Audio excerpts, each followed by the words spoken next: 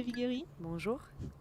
Grande photoreporter, vous avez raflé de nombreuses récompenses, à l'instar du WordPress Photo, du prix Bayeux Calvados des correspondants de guerre ou du Visa d'or humanitaire du Comité international de la Croix-Rouge. Plus récemment, vous avez remporté l'un des plus prestigieux prix du photojournalisme au monde, le Visa d'or Paris Match News. Comment êtes-vous devenu reporter de guerre ?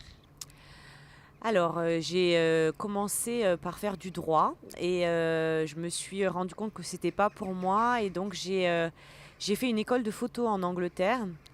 Et dans cette école de photo, à un moment, il fallait faire un stage dans un journal local. Donc j'ai fait un stage au Lincolnshire Echo.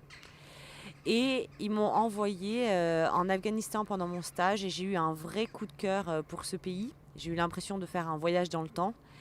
Et j'ai su que j'étais, comment dire, à ma place et que c'était ça que je voulais faire, photo reporter de guerre, enfin ou de conflit en tout cas. Confirme, d'accord.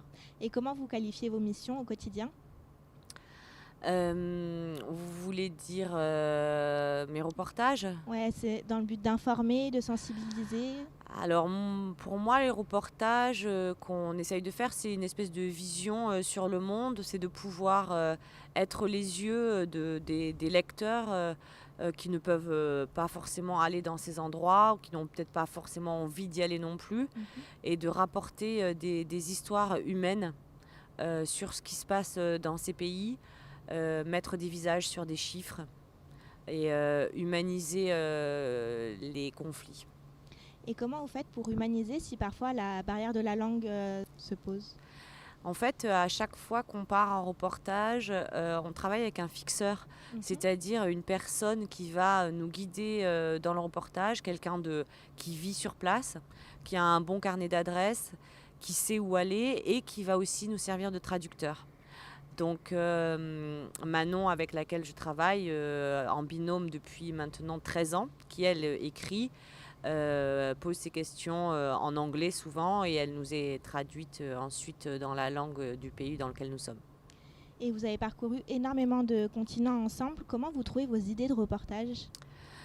Alors on trouve un peu en gardant nos oreilles et nos yeux bien ouverts sur internet. Parfois c'est des amis aussi ou des connaissances qui nous parlent d'un sujet. Ou parfois on va dans un pays, on couvre un sujet et on se rend compte qu'il y a un autre sujet à côté qui serait aussi intéressant de faire. Et puis on garde contact avec certains de nos fixeurs avec qui on a déjà travaillé auparavant, qui vont nous dire ah bah tiens regarde en ce moment il se passe ça dans mon pays. On se penche dessus, on regarde et si on trouve qu'il y a une histoire qu'on aimerait raconter, on part. D'accord, super. Et vous avez couvert des scènes saisissantes un peu à travers le monde, reflétant une cruauté sans nom comme la famine au Yémen ou les enfants issus de viols parmi le peuple Rohingya. Lorsqu'on rentre avec des images aussi saisissantes qu'on a mis des mois à capturer, on ressent quoi exactement ? Un soulagement ou une certaine appréhension face à la réception de ces images ? Alors en fait, c'est surtout sur le moment, c'est toujours des photos qui sont assez dures à prendre, notamment vous parliez des femmes Rohingyas qui avaient des bébés issus de viols qui arrivaient et qui étaient rejetés par la communauté Rohingya. Parce que souvent quand elles nous racontent leurs histoires, évidemment elles pleurent, on leur fait revivre des instants difficiles. On se sent un peu, comment dire, intrus dans cette situation. Mais nous, ce qu'on leur doit, je crois, c'est de revenir avec justement les images les plus saisissantes pour rendre justice en fait aux cadeaux qu'elles nous font d'ouvrir leur cœur, leur intimité. Et voilà, il faut juste, parfois c'est gênant, moi ça m'arrive de prendre des photos et je pleure en même temps et je m'excuse après et je dis je suis désolée, j'ai pris des photos, mais c'est pour que en fait quand je je rentre en France, les gens comprennent la douleur et soient touchés. Et normalement les gens comprennent que c'est aussi ça sert leur histoire ou leur Sûr, cause. ouais. Après, on sait que dans ce métier, on va souvent rentrer avec des fantômes dans nos valises. Mais on sait que c'est les risques du métier. Et voilà, ça fait aussi partie des choses avec lesquelles il faut vivre. Mm, mm. D'accord, très bien. Et l'un de vos reportages les plus récents, c'est sur la crise actuelle au Venezuela, si je ne m'abuse. Oui. Et quelque chose m'a vraiment saisi dans les images que vous avez prises. C'est les contrastes que vous avez immortalisés entre richesse et pauvreté ou entre pouvoir et démunis. Est-ce que vous aviez une intention avant de partir sur le terrain et quelle était-elle? Alors en fait, on n'avait pas vraiment cette intention-là. À la base, on devait partir au Venezuela et plutôt couvrir euh, la ultra richesse des gens du Venezuela qui en fait se font de l'argent sur le régime mis en place par Maduro. Mais une fois sur place, on s'est rendu compte que c'était plutôt un pays à deux vitesses avec l'effacement presque d'une classe moyenne où maintenant on est soit très riche quand on adhère au système, soit très pauvre. D'accord. Et du coup, on a un peu changé notre fusil d'épaule en cours de reportage en se disant que la réalité que nous, on voyait, qu'on avait vécu, c'était vraiment ce décalage entre ces très pauvres et ces très riches. Et c'est pour ça qu'on a décidé de jouer le contraste pour montrer ce pays à deux vitesses en fait. D'accord. Et ça vous arrive parfois, voire souvent, de changer d'angle au niveau d'un reportage? Oui, ça nous arrive parce que en fait, le reportage, on le prépare de France. Mhm. On essaye de parler avec un maximum d'interlocuteurs quand on peut. Mais après, on est là pour rapporter une situation réelle et authentique. Et donc, il ne faut pas rester enfermé dans l'angle sur lequel on a vendu le sujet. Il faut aussi savoir, à un moment, prendre un peu de recul et se dire, attends, la réalité, c'est ça. Et donc, adapter notre reportage à la réalité. Parce qu'en fait, c'est pour ça qu'on est des reporters de terrain ou qu'on est envoyés là-bas. D'accord. Vous avez évoqué tout à l'heure l'Afghanistan, donc que vous avez arpenté pendant 3 ans. C'est un pays qui vit actuellement une période décisive dans son histoire entre les prochaines élections présidentielles, le retrait des troupes américaines, ou des attaques ciblées notamment envers l'éducation des jeunes filles, ou encore même les réfugiés climatiques qui se multiplient. Comment vivez-vous cela et est-ce que vous pensez retourner sur le terrain un jour? Alors j'ai mon visa pour l'Afghanistan et je vais y retourner en novembre, je pense. Parce que c'est un pays que je connais bien, un pays qui est cher à mon cœur. Et j'avoue, c'est quand même un peu désespérant de voir qu'on en est presque revenu à la case départ, malgré ces millions, je pense même de milliards de dollars et d'euros qui ont été dépensés.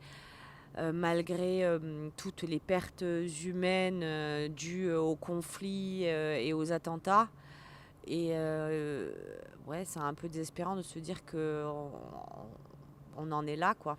Retour comme si ne s'était rien passé. Encore pire, puisque maintenant, les Afghans n'ont même plus l'espoir que le pays peut sortir d'une crise, puisque apparemment, on a tout essayé et rien n'a marché.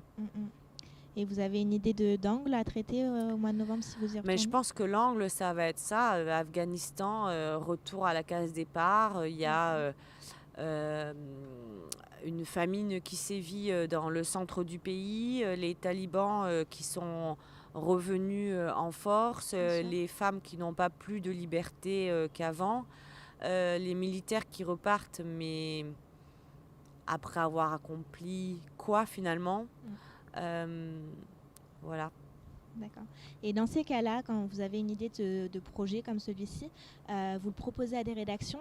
Comment ça marche avec votre binôme Oui, en fait, une fois qu'on a trouvé une histoire et un angle qui nous intéresse, qui soit autant visuel qu'intéressant aussi en texte, on approche les rédactions en leur proposant un synopsis, en fait, où on écrit en quelques lignes ce qu'on voudrait ramener. Et à partir du moment où la rédaction valide, débloque un budget de production pour qu'on puisse partir, c'est-à-dire le voyage, le prix du fixeur, les hôtels et tout, et on part. D'accord. Et vous avez couvert différentes zones de conflit tout au long de votre carrière. Vous avez remarqué des similitudes entre elles ou pas forcément? Oui, bien sûr, il y a des similitudes qui sont des grands clichés, mais qui sont vrais. C'est toujours les civils qui payent et qui trinquent, et encore plus souvent les femmes et les enfants. Après, on ne peut pas dire que tous les conflits se ressemblent, mais les victimes sont souvent les mêmes. D'accord. Ouais. Et comment vous travaillez avec Manon? Vous échangez des informations ou vous construisez vraiment le projet de A à Z ensemble?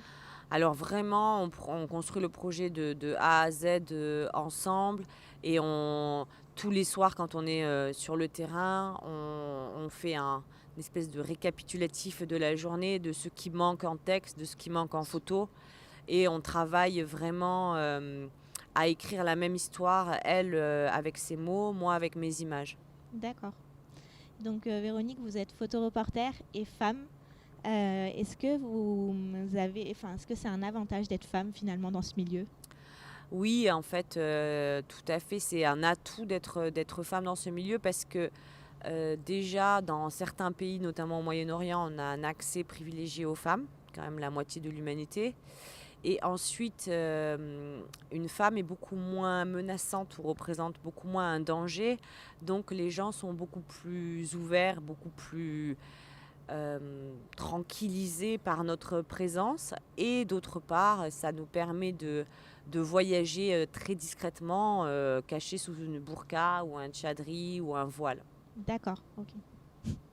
Et est-ce que vous avez remarqué des changements dans la façon dont votre travail est perçu et ou reçu en tant que femme, justement, photoreporter?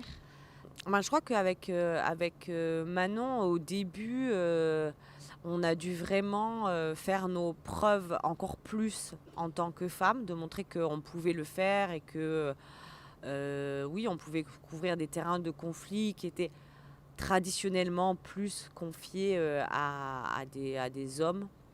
Mais je crois que finalement, on a fait nos preuves, et donc on n'a plus du tout de problème avec les rédactions à partir. Après, je crois qu'on a une façon peut-être très féminine de traiter les histoires et les sujets, on n'a peut-être pas les mêmes focus que si on était des hommes, mais tant mieux. D'accord. Et quand c'est sur le terrain, ça se retranche avec ce que vous disiez précédemment. On se méfie, entre grands guillemets, pas forcément de vous Oui, c'est beaucoup plus facile, parce que je pense qu'effectivement, on se méfie beaucoup moins de nous. Et moi, je dis souvent, on est un peu comme un troisième sexe, quoi. On n'est pas des femmes telles qu'ils imaginent, on n'est pas non plus des hommes, on est une espèce d'ovni au milieu, mais c'est une position finalement assez confortable. D'accord, tant mieux alors. Ouais. Et votre description Twitter, dites-vous que vous êtes fearless, intrépide. Vous entretenez quelle relation avec la peur au quotidien ou Mais sur en le terrain? fait, moi, la peur, c'est une amie, hein. La peur, elle me permet d'être beaucoup plus concentrée, beaucoup plus intense, beaucoup plus attentionnée. Et je ne sais pas si ça a toujours été ça, ou si j'ai réussi à l'apprivoiser, mais euh, pour moi, la peur n'est pas désagréable, au contraire. D'accord. C'est plutôt une force? Euh, une alliée certainement, et une force, oui, peut-être, ouais. Peut-être aussi. D'accord. Et pour finir cette interview, vous avez quoi comme projet? Quelles aspirations pour demain? En reportage pour demain. Oui. Pour la semaine prochaine, je pars en Amazonie avec Manon, D'accord. et on va faire un sujet sur une tribu d'Indiens qui a décidé de prendre les armes pour se battre contre ceux qui détruisent leur forêt. Mhm. Et qui vont protéger leur territoire avec les petits moyens qu'ils ont, des arcs, des flèches et quelques vieux fusils. Super. Merci beaucoup. Merci à vous.